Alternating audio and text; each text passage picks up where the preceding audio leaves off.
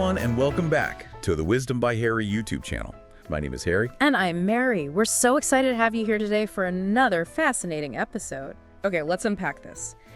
If you've been trying to keep up with the news lately, especially, around global trade and tariffs, you've probably felt that whiplash. Oh, absolutely. One day there's a massive tariff announcement, the next there's a pause, then maybe a court blocks part of it. And another court brings it right back. Yeah. It's enough to make your head spin.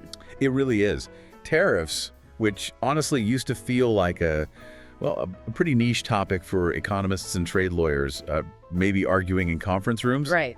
They're now right there in the headlines, front and center. And they are creating significant, tangible challenges and, frankly, a whole lot of unpredictable uncertainty for anyone involved in global business, or even just watching the global economy. And that's exactly why we took quite a stack of material, everything from detailed reports and analyses to recent news articles covering the latest twists and turns that really lay out this complex, fast-moving situation from, multiple angles.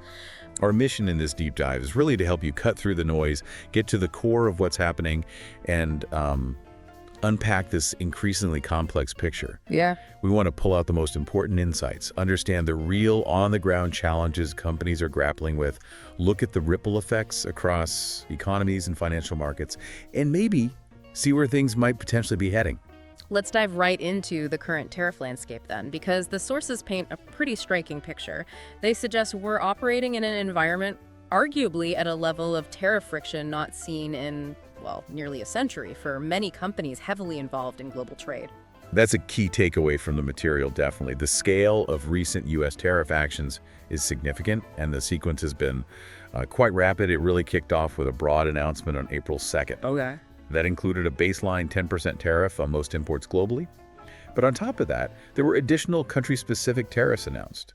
For the EU, that initially translated to a 20% rate on most products, with an effective date of April 9th. But that wasn't the only tariff action happening, right? There were existing ones already in the mix, things already in place. Correct. Good point. Yeah. Remember the 25% tariffs on steel and aluminum imports? Ah, yes. Those from the EU and other partners were actually put back in place earlier, on March 12th. They remain separate from that big April 2nd announcement. So you have these parallel tariff tracks running. And then, just as businesses were trying to digest all of this, things got even more complicated, didn't they? They did, very quickly.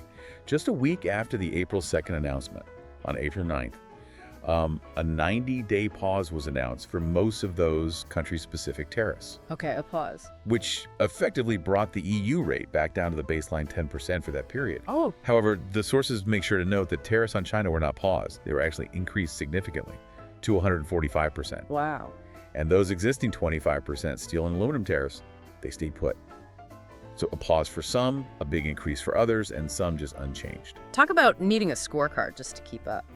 How did the EU react to this rapid sequence and the initial higher proposed rates? Well, they weren't caught entirely flat-footed. The European Commission had been preparing countermeasures. They were ready to reimpose measures previously suspended. From older disputes. Exactly, targeting around EUR 8 billion worth of U.S. goods, mostly from actions dating back to 2018 and 2020. They also initiated a new, substantial package of additional measures. And what was the scope of that proposed new package? Pretty big. Initially, it was quite large, proposed to cover EUR 26 billion worth of U.S. goods, intended to, match the stated economic scope of the U.S. tariffs. Right. However, after consultations among member states, they ultimately voted on a slightly smaller package, targeting EUR 21 billion worth of goods. Interestingly, the sources noted they strategically removed some items, like whiskey. Oh, interesting. Why? Perhaps as a signal, or maybe to avoid hitting specific vulnerable industries too hard immediately, and potentially, to create room for negotiation. So they had the countermeasures ready to go, but they also mirrored the U.S. 90-day pause. That seems strategic. Precisely. On April 10th, the European Commission president announced that while they had voted to formally adopt the countermeasures, they would also suspend their implementation for 90 days, matching the U.S. pause. Okay. This created a symmetrical window for negotiation. It's a signal that says, basically, we are ready to retaliate, but we prefer to talk, and we're giving us both some breathing room. Okay, so that's the whirlwind of what happened and the immediate reactions. Now let's dig into the why. Why this sudden aggressive use of tariffs at this scale? What are the stated justifications coming from the U.S. administration? The administration has put forth several, interconnected reasons. A primary one, consistently cited, centers on addressing what they perceive as persistent global imbalances, particularly the U.S. trade deficit. The deficit figures. Yeah, they point out that the deficit in goods alone reached over $1 trillion annually. So it's framed as correcting that imbalance. Is that the main driver? That's one part. They also argue that the U.S. faces fundamentally unfair tariff structures under existing WTO rules. A frequent example cited is the significant difference in car tariffs. The EU has a 10% tariff on imported cars, while the U.S. rate is only 2.5%. Big difference. They see that disparity as inherently imbalanced and detrimental to U.S. industry. And it's not just about the tariff percentages themselves, is it? There's more to it. No, non-tariff barriers are also a major part of the justification. These things like complex regulatory regimes, state subsidies in other countries, or even currency manipulation that the administration argues put U.S. exports at a disadvantage and contribute to these imbalances. And perhaps most significantly, the administration frames these tariff actions as a necessary response to a national emergency that threatens U.S. economic prosperity and security. They link industrial capacity directly to defense readiness and national resilience. That framing as a national emergency is interesting, especially when we look later at the legal challenges. The sources also mentioned a theoretical framework discussed by those close to the administration, the Mar-a-Lago Accord. What does that concept suggest about the bigger picture? Yeah, this is a concept discussed by advisors and appears in some of the analysis we reviewed, though it's not formal, announced policy. It posits a much broader strategic goal for these tariffs. Okay. Instead of just being a tool to reduce the trade deficit dollar for dollar, this framework suggests tariffs are leveraged as bargaining chips in a larger effort to reshape international economic and even security relationships. How so? The idea is that tariffs can force partners to the table not just on trade issues, but potentially on aligning against certain geopolitical rivals or contributing more to collective security. It suggests a linkage between economic engagement and broader strategic alignment. Wow. That really elevates tariffs from a purely economic tool to something much more geopolitical. Okay, moving from those high-level strategic concepts to the very practical realities, what are global businesses actually experiencing on the ground because of these tariffs? What's the real impact? This is where the rubber meets the road, definitely. And the survey of global trade professionals provides clear insights into the pain points. Unsurprisingly, the biggest challenge, cited by a large majority, is increased costs. This means higher prices and reduced availability for raw materials, which translates directly into higher production and operational expenses for companies. I recall seeing some pointed quotes about that in the material we looked at. Yes, like the one noting that increased production costs due to tariffs may erode a company's competitive edge, or mentions of higher prices of imported production equipment and tools, and simply a rise in the price of raw materials impacting the bottom line, just hitting them directly. And supply chains must be under tremendous pressure. Logistics must be a nightmare. Absolutely. Supply chain disruptions are cited as a major challenge. We're talking about significant delays in supplier shipments, in acquiring essential components or materials, and in the final delivery of goods. Which means? Well, it creates inefficiencies, forces changes in logistics, and often results in increased expenses, like the professional who highlighted that disruptions in the supply chain result in increased warehousing expenses. You've got to store stuff longer. Yeah, adds up. Beyond just costs and logistics, what other operational impacts are companies facing? Market competitiveness is definitely affected. When costs go up, companies often have to pass some of that on to consumers, leading to price volatility and potentially reduced consumer demand. So hitting the end customer. Literally. As one respondent put it, even slight cost increases from tariffs can shift consumer demand toward cheaper alternatives, forcing companies to make difficult pricing decisions or risk losing market share. Regulatory and compliance issues are also a growing headache. Just navigating the complexity of changing tariff rates and rules requires significant resources. There was also a specific concern raised about something called the de minimis entry. Can you explain what that is and why its potential change is causing worry? Ah, yes. This is a really critical, but perhaps less talked about point. The de minimis entry option allows individual shipments of goods valued at or below $800 to enter the U.S. duty-free and without formal customs procedures. $800 threshold, okay. It's hugely important because it's used for a vast number of packages entering the country. Over 90% of packages currently use this pathway, and approximately 60% of those originate from China. 60% from China. Wow. And the administration announced plans to eliminate this exemption specifically for goods from China and Hong Kong starting in early May. And how significant is that for businesses? What does that mean practically? For companies that rely on importing components, finished goods, or even samples via this pathway, especially from China, it's a significant logistical and cost shock. 2/3 of the global trade professionals surveyed anticipated this specific elimination would have a high or moderate impact on their imports. It adds another layer of complexity and cost for those low-value shipments that previously cleared easily. So facing these multifaceted challenges, the increased costs, the supply chain headaches, the market pressures, the regulatory maze, and specific issues like the de minimis change what are companies actually doing? What strategies are they trying to employ to navigate these uncharted waters? The survey gave us a good window into their response playbook. A top strategy, cited by 72% of respondents, is actively looking to change their sourcing patterns. Changing where they get things from. Exactly. This includes both looking for suppliers in different countries and, notably, looking to increase domestic production and procurement. So a push towards bringing things closer to home, reshoring or nearshoring. Kind of. We saw quotes about broadening the range of suppliers and manufacturing sites, and specific mentions of increasing domestic manufacturing units. Closely related to changing sourcing is diversifying supply chains, actively seeking out suppliers in different countries to reduce reliance on single sources, maybe relocating production or forming new alliances. Spreading the risk. Precisely.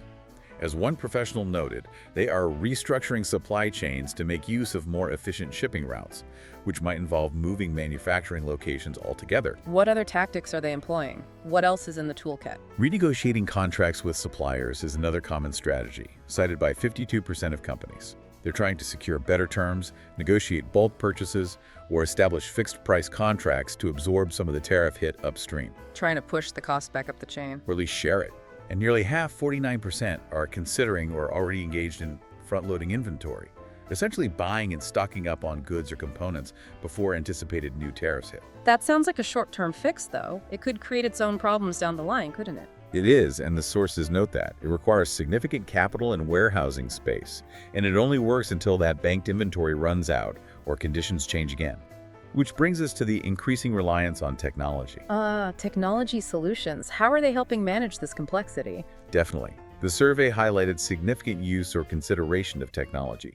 64% are using or looking at solutions for analyzing trade lanes, 60% for identifying risks and savings opportunities, 55% for running what-if scenarios based on potential tariff changes. Simulating the future. Exactly.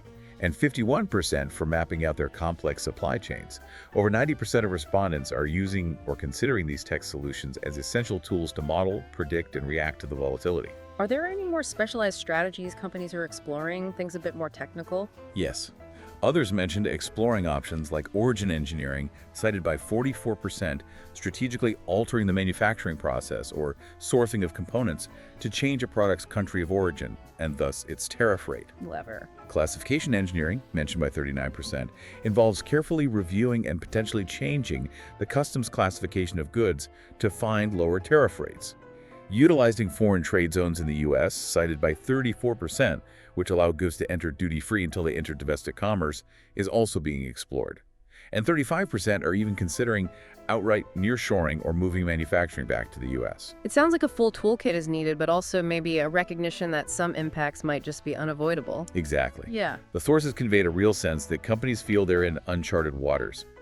While deploying all these strategies, there's an underlying sentiment that resilience in this environment might simply mean accepting that, despite best efforts, some unavoidable hits on profitability, costs, or efficiency are part of weathering this particular storm. Okay. Stepping back from the company level now, what are the broader economic and financial market repercussions of all this tariff activity and the resulting uncertainty? What's a macro picture look like? Economically, well, estimates for the impact on EU GDP vary depending on the study and the assumed scenario. Some project a relatively modest reduction, maybe around 0.2%. Which doesn't sound huge on its own. No, but others, looking at a more severe sort of tit-for-tat tariff war scenario, see potential reductions closer to 0.8% to 1.2%. Yeah. It's important to contextualize this, though. These impacts, while unwelcome, are generally considered small when compared to the economic shocks the EU has weathered recently, like, COVID-19 or the energy crisis. Right, perspective is key. And for the U.S. economy. The U.S. economy saw a contraction in the first quarter of 2025. Now, tariffs aren't the sole cause, obviously, but the heightened uncertainty and supply chain disruptions they create are definitely contributing factors. Some estimates project a potential reduction in U.S. GDP growth if these tariffs remain in place long term. But as always, the aggregate numbers don't tell the whole story about who is most affected, right? It varies. Not at all. These overall figures mask significant variations across specific sectors and countries within the EU. Sectors heavily reliant on exports to the U.S., like automotive, machinery, and pharmaceuticals, are seen as particularly vulnerable. Makes sense. And specific countries with high exposure to U.S. trade, such as Ireland, Germany, and Italy, could see more pronounced effects than the EU average. There's also been discussion about a potential second China shock risk for the EU. What does that concept entail? What's the worry there? The concern is that if the U.S. places significantly higher tariffs on Chinese exports, some of those goods might be diverted to the EU market instead. This influx could increase competitive pressure for European producers, particularly in certain sectors like steel, electronics, and machinery, which are sensitive to price competition. So, deflected trade hitting Europe. Potentially.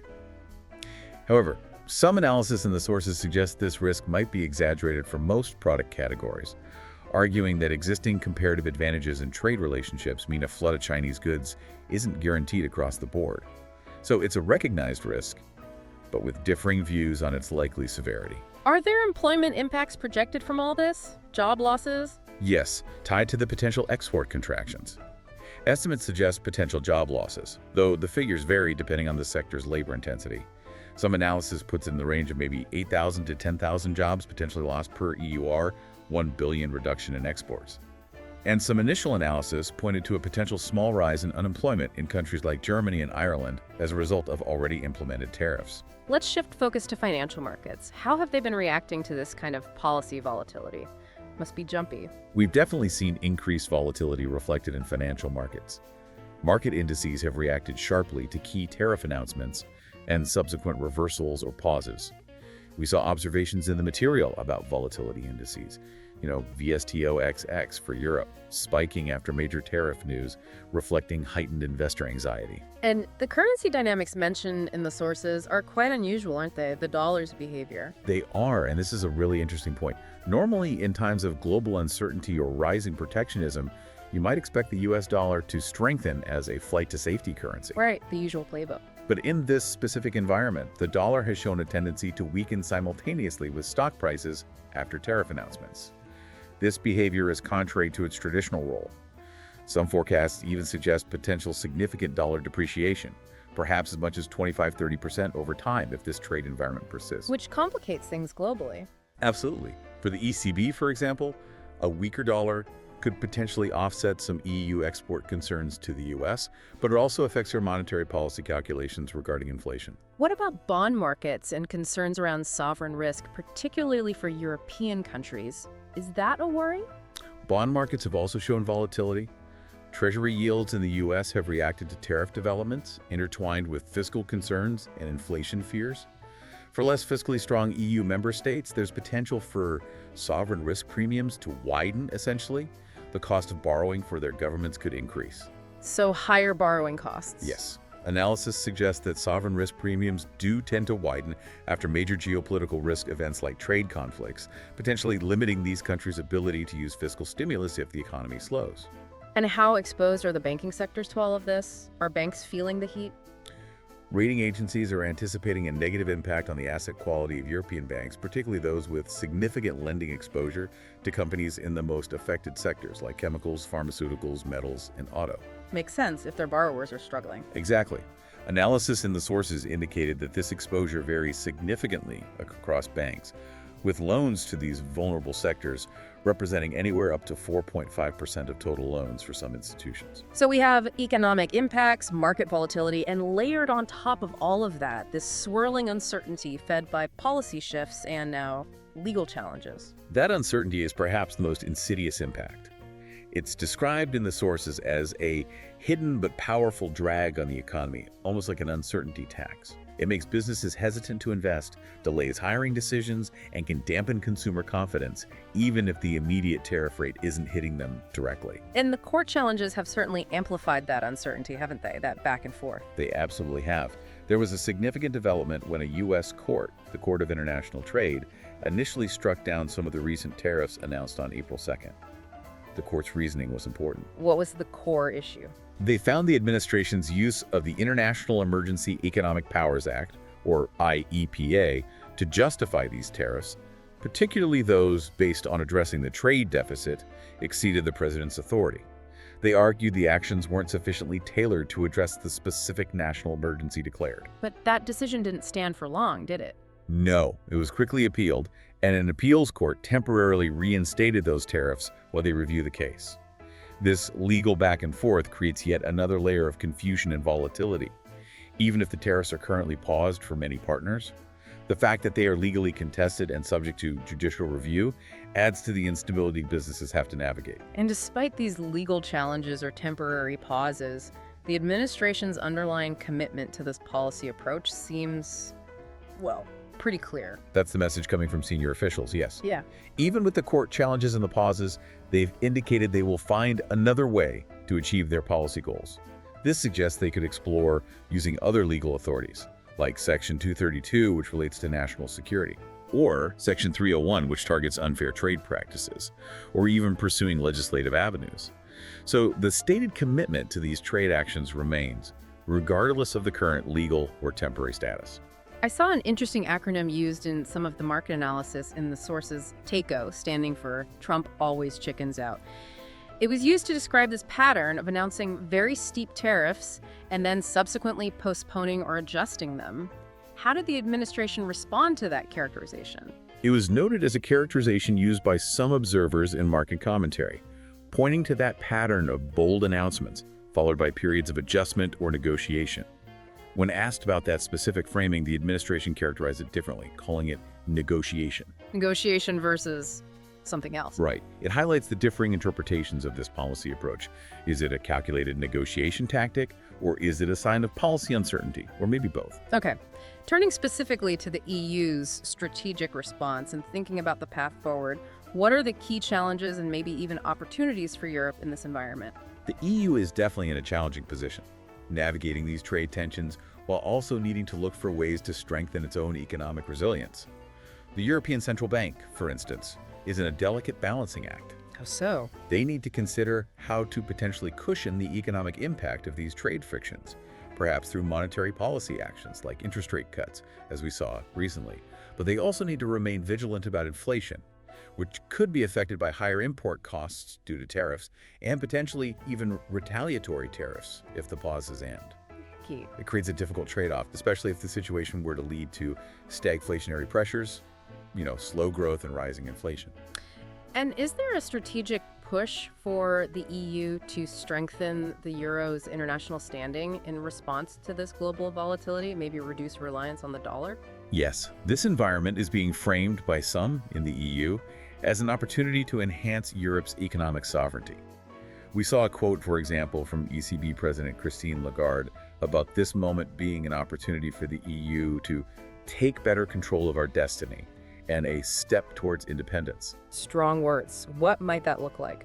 Potential strategic options being discussed to strengthen the euro's international role include expanding the supply of safe and liquid euro-denominated assets, perhaps through more common EU debt issuance. Eurobonds, basically. Potentially. Also further integrating European capital markets to make them more attractive to global investors, and even considering the potential international role of a digital euro, particularly for wholesale uses, as a way to reduce reliance on dollar-based infrastructure and potentially counter the promotion of dollar-backed digital currencies. It really underscores that these tariff actions aren't happening in a vacuum. They're part of maybe a broader reshaping of the global economic and political landscape. Absolutely. And the extreme volatility and uncertainty we've discussed remain paramount. It highlights the need for continuous monitoring because the situation is genuinely evolving rapidly, influenced by policy, legal challenges, and market reactions. Things could change again tomorrow. So pulling all of this together, what does this complex picture really mean for you, the listener, trying to make sense of it all? Well, I think the key takeaway is that the current environment, driven by tariffs and trade tensions, is creating a high degree of unpredictable change in the global economy. This isn't just abstract policy, it's directly impacting businesses through increased costs and disrupted supply chains. Real-world effects. Exactly. Affecting economies through potentially slower growth and inflationary pressures, and manifesting in financial markets through heightened volatility and shifting dynamics, even in areas like currency behavior, as we discussed. And it sounds like even the temporary pauses or the court rulings don't eliminate that fundamental uncertainty or its economic costs. The damage might already be done, in a way. That's exactly right. The underlying policy approach, the potential for using different legal avenues, and the ongoing legal battles mean that uncertainty tax is likely to persist. It's crucial to understand this environment because it can significantly impact your own decisions, whether that's related to how you manage your business, where you invest your money, or simply how you make sense of the global economic climate you're living in. It's a lot to process and navigate, for sure. Okay, final thought then. If these tariffs and the reactions they've triggered truly represent a longer-term shift in global trade dynamics, as many trade professionals surveyed seem to believe, what does resilience truly mean for companies and economies trying to build a future in this new, more turbulent landscape? That's definitely something to think about.